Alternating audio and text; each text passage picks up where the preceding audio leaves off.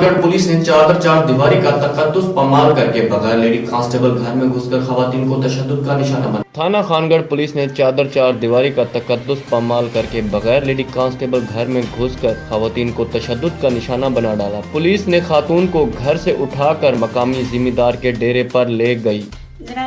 Police वाले कंधी टापन औरत कोई कहना है मैं कुरान पढ़ रही थी, दरवाजा खुला है, मेरी बत्ती बल्दी खड़ी है। कोई औरत ही कहना ये है मेरे नाल जुल्म कीते ने, मैं के खड़ो में कुरान रखन दो जो सजा है मैं दो।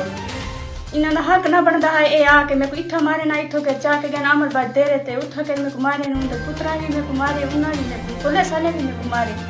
उठो के जरा मैं को काट जाके डाले ते कहीं जाके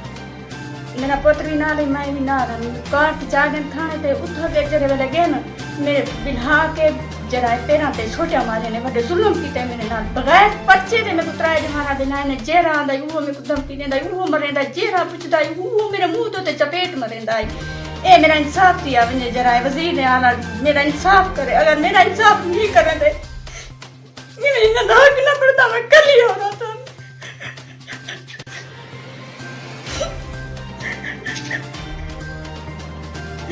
चौधरी जो मेरे पे हाल उठाया था मेरे नाल जुल्म भी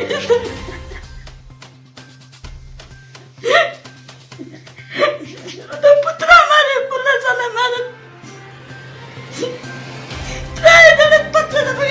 कुछ नहीं सुना मेरा वाल पाटी ने मैं तो मारे ना मेरे कान